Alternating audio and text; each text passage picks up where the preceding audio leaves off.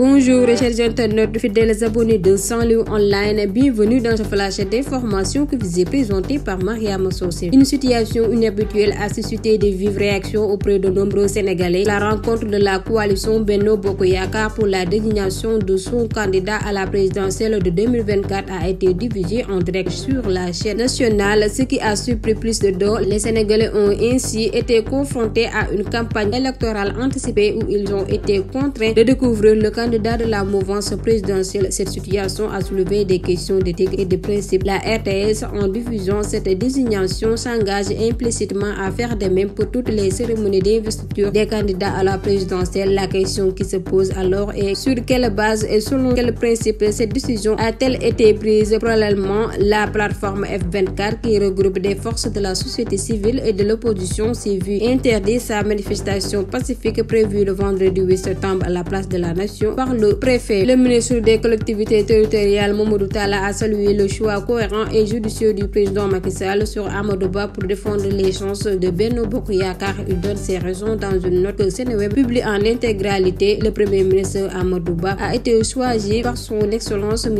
Macky Sall, président de la République, et la majorité présidentielle comme candidat de la grande coalition Benno Bokk Yakaar à l'élection présidentielle du 25 février 2024. Ce choix est cohérent et judicieux pour la continuité du programme symbolisé par le plan Sénégal émergent afin de consolider les progrès du pays dans l'intérêt des Sénégalais. J'adhère totalement au choix que son excellence M. Macky Sall a porté sur le premier ministre Amadou Ba. Je réaffirme ma détermination et mon engagement à soutenir cette candidature jusqu'à la victoire éclatante du soir du 25 février. J'en profite pour exhorter tous les militants, particulièrement ceux du département de Kanel et de la diaspora, à soutenir sans réserve la candidature du premier ministre M.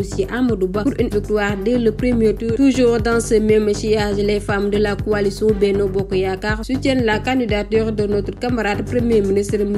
Amadou Ba dans un communiqué confirmant à notre déclaration de soutenir tout candidat proposé par son excellence le président Macky Sall. Les femmes de Benno Bokk Yakaar et de la grande majorité présidentielle réaffirment leur engagement à son excellence le président Macky Sall et lui renouvellent leur confiance et loyauté. Les femmes de Benno Bokk Yakaar et de la grande majorité présidentielle saluent la démarche inclusive et participative de son excellence le président Macky Sall et le félicite pour le choix porté sur la personne du premier ministre M.